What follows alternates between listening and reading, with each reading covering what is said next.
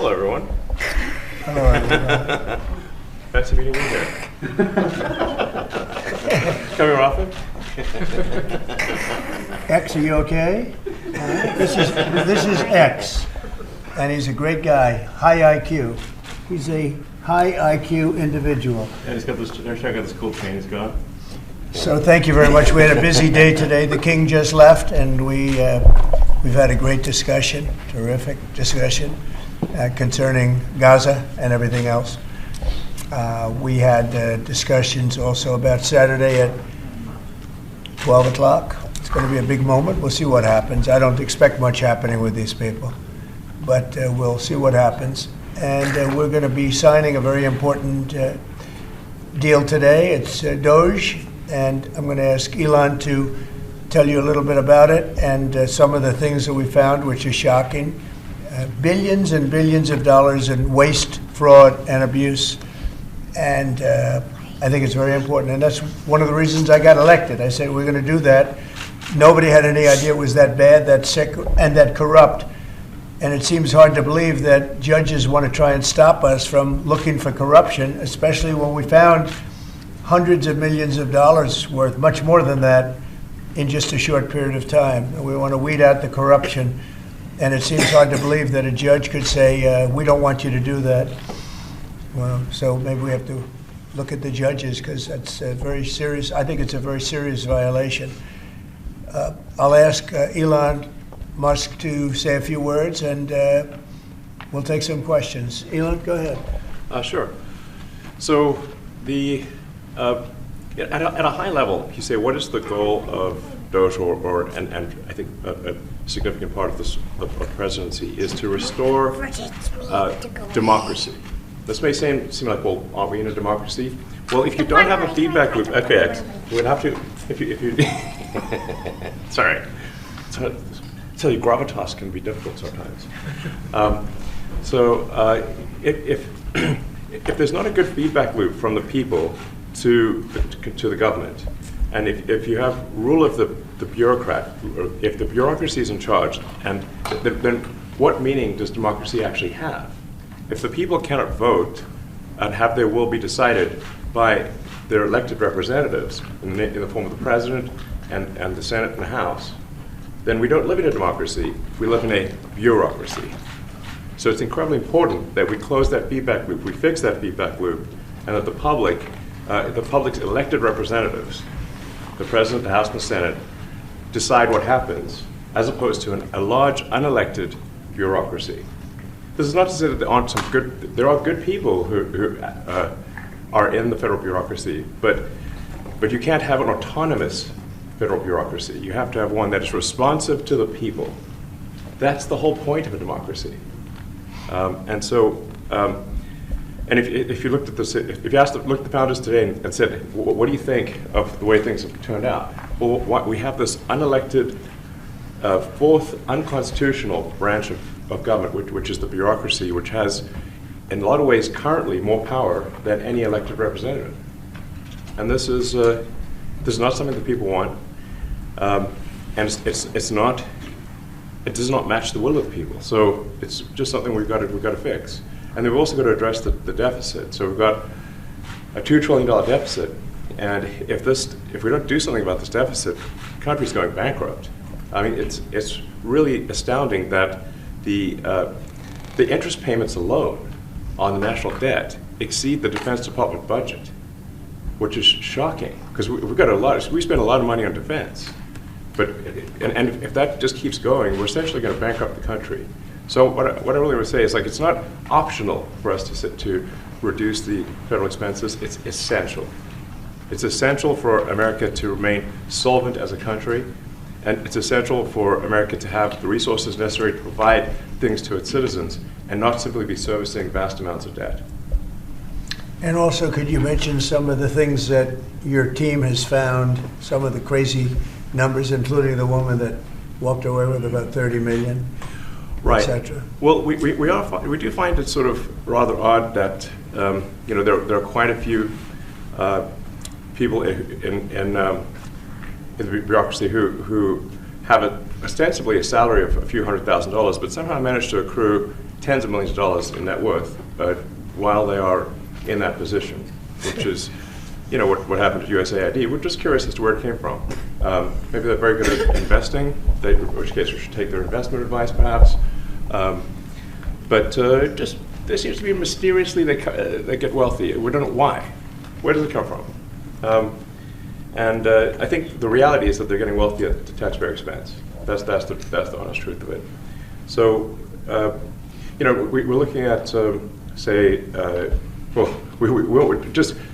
if you look at, say Treasury, for example, basic controls that should be in place, that are in place in any company, such as making sure that any given payment has a payment categorization code, that there is a comment field that describes the payment, and that if a payment is on the do not pay list, that you don't actually pay it. None of those things are true currently. So the reason that departments can't pass audits is because the payments don't have a categorization code. It's like just a massive number of blank checks just flying out the building. So you can't reconcile blank checks. You've got comment fields that are also blank, so you don't know why the payment was made.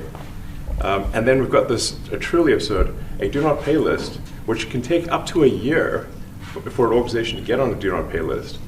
And this, we're talking about terrorist organizations, we're talking about known fraudsters, known aspects of waste, known things that do not match any congressional appropriation, can take up to a year to get on the list, and even once on the list is not used. It's mind-blowing. So what we're talking about here, we're really just talking about adding common sense controls that should be present, that haven't been present. So you say, like, well, how could such a thing arise? That seems crazy. When you understand that really everything is geared towards complaint minimization, so then you understand the motivations. So if people receive money, they don't complain, obviously. But if people don't receive money, they do complain. And the fraudsters complain the loudest and the fastest. So then when you understand that, then it makes sense. Oh, that's why everything they approve all the payments at Treasury. Because if you approve all the payments, you don't get complaints. But now we're saying that, no, actually, we are going to complain. If money is spent badly, if your taxpayer dollars are not spent in a sensible and frugal manner, then that's not okay. Your tax dollars need to be spent wisely on things that matter to the people. I mean, these things, it's just common sense. It's not draconian or radical, I think. It's really just saying, let's look at each of the expenditures and say, is this actually in the best interest of the people? And if it is, it's approved. If it's not, we should think about it. So, there's crazy things like just cursory examination of Social Security, and we've got people in there that are 150 years old. Now, do you know anyone who's 150? I don't. Okay. They should be on the Guinness Book of World Records. They're missing out. So, that's a case where, I think they're probably dead. It's my guess. Or they should be very famous, one of the two. And then there's a whole bunch of Social Security payments where there's no identifying information. Well, why is there no identifying information? Obviously, we want to make sure that people who deserve to receive Social Security do receive it, and that they receive it quickly and accurately. Also, another crazy thing. So, one of the things is we are trying to sort of right-size the federal bureaucracy, just make sure that this. Obviously, there need to be a lot of people working for the federal government, but not as many as currently. So we're saying, let's, if people can retire, with full benefits and everything, that would be good. They can retire, get their retirement payments, everything. And then we were told, this is actually, I think, a great anecdote, because we're told the most number of people that could retire possibly in a month is 10,000. We're like, well, why is that? Well, because all the retirement paperwork is manual on paper. It's manually calculated, then written down on a piece of paper. Then it goes down a mine. And what do you mean a mine? Yeah, there's a limestone mine where we store all the retirement paperwork. And you look at a picture of this mine. We'll post some pictures afterwards. And this mine looks like something out of the 50s because it was started in 1955. So it looks like it's like a time warp. And then the speed, the limiting factor is the speed at which the mine shaft elevator can move determines how many people can retire from the federal government. And the elevator breaks down and then, sometimes, and then nobody can retire. Doesn't that sound crazy? There's like 1,000 people that work on this. So I think if we take those people and say, like, you know what, instead of working in a mine shaft and carrying manila envelopes to, boxes in a mine shaft, you could do practically anything else, and you would add to the goods and services of the United States in a more useful way. So anyway, so I think that's an example. Like at a high level, if you say, like, how do we increase prosperity? Is we get people to shift from roles that are low to negative productivity to high productivity roles, and so increase the total output of goods and services, which means that there's a higher standard of living available for everyone. That's the actual goal. Everyone's very quiet. Your detractors, Mr. Musk. I have to what? Including a lot of Democrats. I have detractors? You do, sir. I don't believe it. Say that you're orchestrating a hostile takeover of government and doing it in a non-transparent way. What's your response to that criticism? Well, first of all, you couldn't ask for a stronger mandate from the public. The public voted. We have a majority of the public voting for President Trump. We won the House, we won the Senate. The people voted for major government reform. There should be no doubt about that. That was on the campaign. The president spoke about that at every rally. The people voted for major government reform, and that's what the people are going to get. They're going to get what they voted for. And a lot of times, people that don't get what they voted for, but in this presidency, they are going to get what they voted for. And that's what democracy is all about. Mr. Musk, the White House says that you will identify and excuse yourself from any conflicts of interest that you may have. Does that mean that you are, in effect, policing yourself? What are the checks and balances that are in place to ensure that there is accountability and transparency? Well, we actually are trying to be as transparent as possible. In fact, we post our actions to the Doge handle on X and to the Doge website. So all of our actions are maximally transparent. In fact, I don't think there's been, I don't know of a case where an organization has been more transparent than the Doge organization. So the kind of things we're doing are, I think, very, very simple and basic. They're not, what I mentioned, for example, about Treasury, just making sure that payments that go out, taxpayer money that goes out, is categorized correctly, that the payment is explained, that organizations on the do not pay list, which takes a lot to get there, that actually are not paid, which currently they are paid. These are not individual judgment decisions. These are about simply having sensible checks and balances in the system itself to ensure that taxpayer money is spent well. So it's got nothing to do with, like, say, a contract with some company of mine at all. But if there is a conflict of interest when it comes to you yourself, for instance, you've received billions of dollars in federal contracts, when it comes to the Pentagon, for instance, which the president, I know, has directed you to look into. Yeah. Are you policing yourself in that? Is there any sort of accountability check and balance in place that would provide any transparency for the American people? Well, all of our actions are fully public. So if you see anything, you say, like, wait a second, hey, Elon, that seems like maybe that's, that there's a conflict there. It's not like people are going to be shy about saying that. They'll say it immediately. Including you yourself? Yes. But transparency is what builds trust, not simply somebody asserting trust. So not somebody saying they're trustworthy, but transparency, so you can see everything that's going on. And then you can see, am I doing something that benefits one of my companies or not? It's totally obvious. And if we thought that, we would not let him do that segment or look in that area. If we thought there was a lack of transparency or a conflict of interest. And we watch that also. He's a big businessman. He's a successful guy. That's why we want him doing this. We don't want an unsuccessful guy doing this. Now, one thing also that Elon hasn't really mentioned are the groups of people that are getting some of these payments. They're ridiculous. And we're talking about billions of dollars that we've already found. We found fraud and abuse. I would say those two words as opposed to the third word that I usually use, but in this case, fraud and abuse. It's abusive because most of these things are virtually made up, or certainly money shouldn't be sent to them. And you know what I'm talking about. It's crazy. So, but we're talking about tens of billions of dollars that we've already found. And now a judge who's an activist judge wants to try and stop us from doing this. Why? Why would they want to do that? I campaigned on this. I campaigned on the fact that I said government is corrupt. And it is very corrupt. It's very, very, it's also foolish. As an example, a man has a contract for 3 months and the contract ends, but they keep paying him for the next 20 years, because nobody ends a contract. You get a lot of that. You have a contract that's a 3-month contract. Now, normally, if you're in a small, in all fairness, it's the size of this thing is so big. Yeah. But if you have a contract and you're in a regular business, you end the contract in 3 months. It's a consultant. Here's a contract for 3 months, but it goes on for 20 years.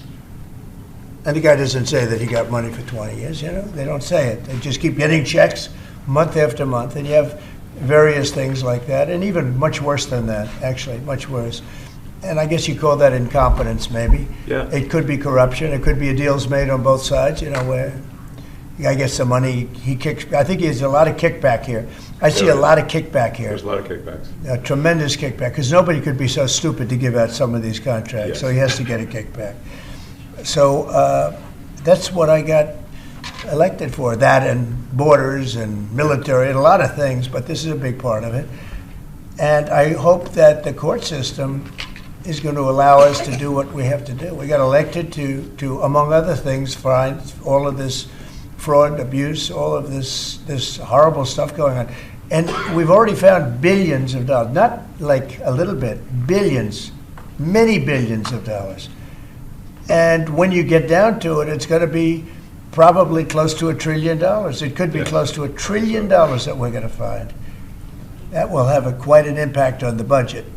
Yes. And you'll go to a judge where they handpick a judge, and he has certain leanings. I'm not knocking anybody for that, but he has certain leanings. And he wants us to stop looking. How do you stop looking? I mean, we've already found it. We have a case in New York where a hotel has paid $59 million, $59 million because it's housing migrants, illegal migrants, all illegal, I believe. And they were being paid twice the normal room rate at 100% occupancy. Unbelievable. So it's a racket. Mr. Musk, can I ask a question? Well, if I may sort of just going for the President's comments, at a high level, you say, well, what are the two ingredients that are really necessary in order to cut the budget deficit in half from $2 trillion to $1 trillion? And it's really two things: competence and caring. And if you add competence and caring, you'll cut the budget deficit in half. And I fully expect to be scrutinized and get a daily proctology exam, basically. Might as well just camp out there. So it's not like I think I can get away with something. I'll be scrutinized nonstop. But with support of the President, we can cut the budget deficit in half from $2 trillion to $1 trillion, and then with deregulation, because there's a lot of sort of regulations that don't ultimately serve the public good. We need to free the builders of America to build, and if we do that, that means I think we can get the economic growth to be maybe 3-4%, maybe 5%, and that means if you can get $1 trillion of economic growth and you cut the budget deficit by $1 trillion, between now and next year, there is no inflation. There's no inflation in 26. And if the government is not borrowing as much, it means that interest costs decline. So everyone's the mortgage, their car payment, their credit card bills, anything, their student debt, the monthly payments drop. That's a fantastic scenario for the average American. I mean, imagine they're going down the grocery aisle and the prices from one year to the next are the same, and their mortgage, all their debt payments dropped. How great is that for the average American? We had That's no already- idea. We had no idea we were going to find this much, and it's open. It's not like complicated. It's not that simple stuff. complicated. It's just a lot of work. Yeah. You can't believe it. A lot of work. A lot of smart people involved. Very, very smart people. But you're talking about anywhere, maybe 500 billion. It's crazy the kind of numbers you're It is really talking crazy. about. You know, normally when you're looking at something, you'll find you're looking for 1 out of 100. Here, you're almost reversing it. You look for one that's good, Yeah. and you can look at the title, and you say, why are we doing this? Why are we doing that? And the public gets it. You know, the public gets it. You've seen the polls. The public is saying, why are we paying all this money? This for years, this has gone on. Mr. Musk, President you Trump, said the on- Senator- Yeah, go ahead. Wait, go ahead. Senator Rand Paul today said that DOJ cuts will ultimately need a vote in Congress. Do you agree with that? Is that the plan? I really don't know. I know this. We're finding tremendous fraud and tremendous abuse. If I need a vote of Congress to find fraud and abuse, it's fine with me. I think we'll get the vote, although there'll be some people that wouldn't vote. And how could a judge want to hold us back from finding all of this fraud and finding all of this incompetence? Why would that happen? Why would even Congress want to do that? Now, Congress, if we do need a vote, I think we'd get a very easy vote because we have a track record now. We've already found billions of dollars of abuse, incompetence, and corruption. A lot of corruption. If a judge does block one of your policies, part of your agenda, will you abide by that ruling? Will you Well, comply I with that always order? abide by the courts, and then I'll have to appeal it. But then what he's done is he slowed down the momentum. And it gives crooked people more time to cover up the books. You know, if a person's crooked and they get caught, other people see that, and all of a sudden it becomes harder later on. So, Yeah. the answer is I always abide by the courts, always abide by them, and will appeal. On the But bind- appeals take a long time, and I would Yeah. hope that a judge, if you go into a judge and you show him, here's a corrupt situation, we have a check to be sent, but we found it to be corrupt. Do you want us to send this Yeah, corrupt check to a exactly. person, or do you want us not to give it and give it back to the taxpayer?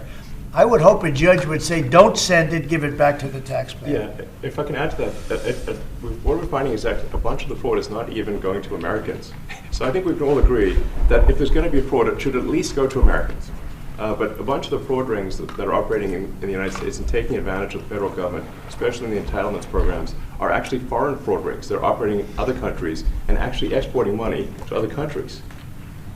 We should stop that. Mr. Musk, you And said, this is big numbers, talking about $100 to $200 billion a year. Sure.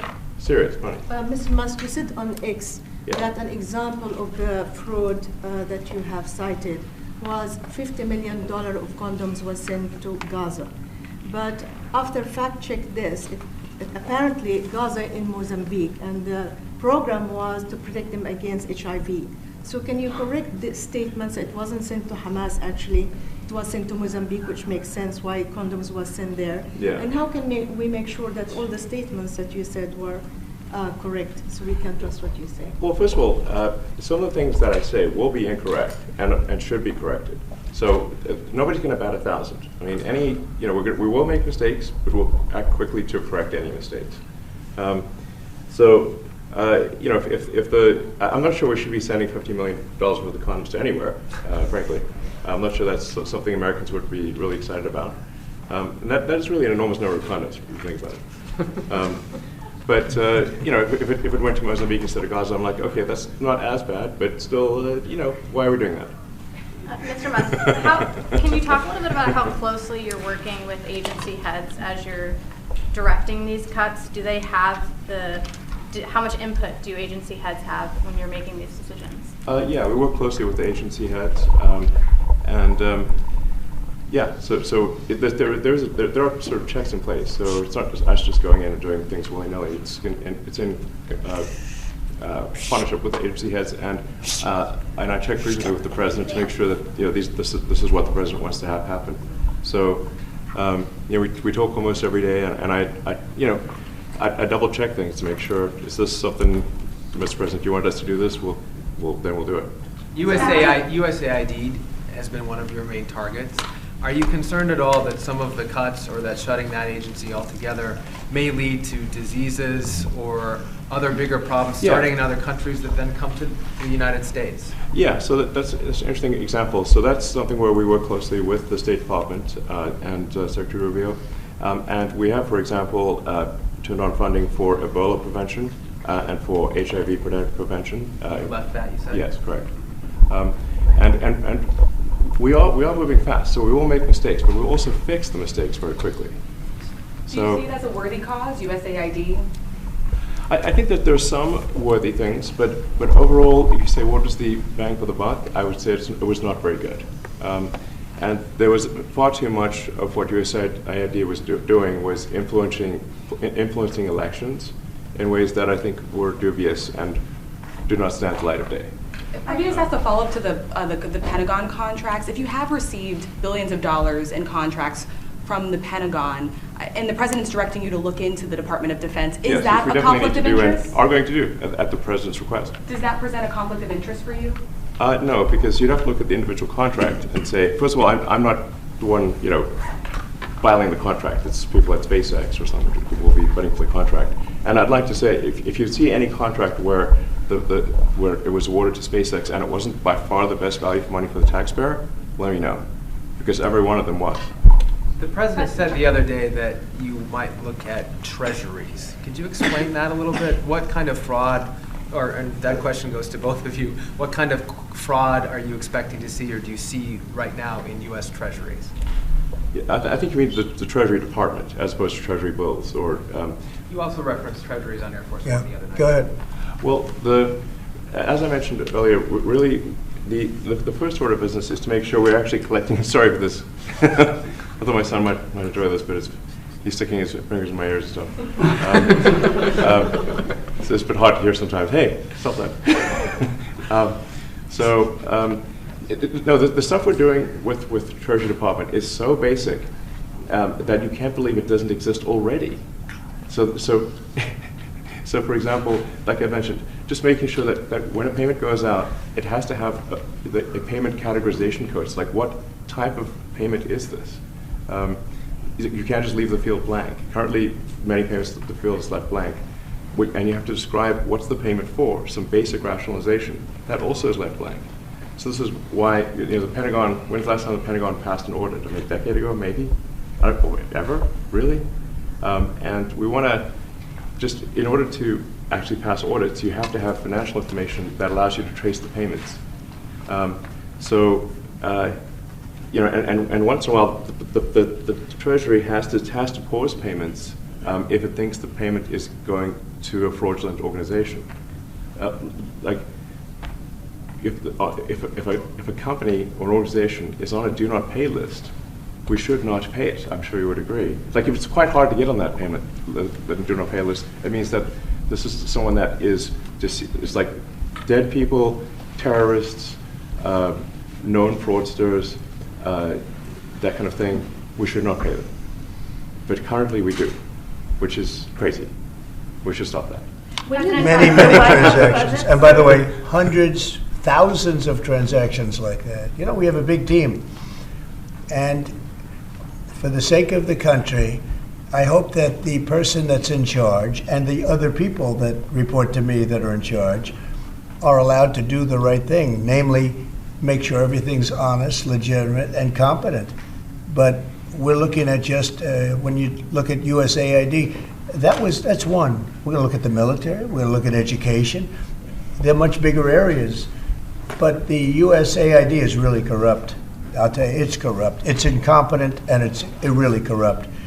And I can't imagine a judge saying, well, it may be corrupt, but you don't have the right. You got elected to look over the country and to, as we say, make America great again, but you don't have the right to go and look and see whether or not things are right that they're paying or that things are honest that they're paying. And nobody can even believe this. Other people, law professors, they've been saying, how can you take that person's right away? You're supposed to be running the country, but we're not allowed to look at who they're paying it to and what they're paying. We have massive amounts of fraud that we caught. I think we probably caught way over a lot of billions of dollars already in, 2 weeks? Yes. And it's going to go to numbers that you're not going to believe. And much, as I said, much is incompetence and much is dishonesty. We have to catch it. And the only way we're going to catch it is to look for it. And if a judge is going to say you're not allowed to look for it, that's pretty sad for our country. I don't understand how it could even work. On the buyout program, can you personally guarantee that Which one? The buyout program, the offer to federal workers, Can you personally guarantee that the workers who opt in to resign now will be paid through Well, September? they'll get their money, but they're getting a good deal. They're getting a big buyout. And what we're trying to do is reduce government. We have too many people. We have office space. It's occupied by 4%. Nobody's showing up to work because they were told not to. And then Biden gave them a 5-year pass, some of them, 48,000 of them, gave them a 5-year pass, that for 5 years you don't have to show up to work. And let me tell you, this is largely, much of this stuff is because of Biden. It's his fault. He allowed this country, what he did on our border. What he did on our border is almost not as bad as what he did with all of these contracts that have come out. It's a very sad day when we look at it. I can't even believe it. But many contracts just extend, and they just keep extending, and there was nobody there to correct it. And that cannot be, I can't imagine that could be held up by the court. Any court that would say that the president or his representatives, like Secretary of the Treasury, Secretary of State, whatever, doesn't have the right to go over their books and make sure everything's honest. I mean, how can you have a country? You can't have anything that way. You can't have a business that way. You can't have a country that way. Hey, thank you very much, everybody. Thank you. All right, guys. Coming back tonight. Guys, Mark Fogel will be at the White House tonight at about 10 o'clock. If you want to come over, you can say hello to him. Did the U.S. give anything in return? Not much. No, they were very nice. We were treated very nicely by Russia, actually. I hope that's the beginning of a relationship where we can end that war and millions of people can stop being killed. They've lost millions of people. They lost, in terms of soldiers, probably 1.5 million soldiers in a short period of time. We got to stop that war. And I'm interested primarily from the standpoint of death. We're losing all those soldiers. And they're not American soldiers, they're Ukrainian and Russian soldiers. But you're probably talking about 1.5 million. I think we got to bring that one to an end. Okay? Thank you. all right, Thank you. guys.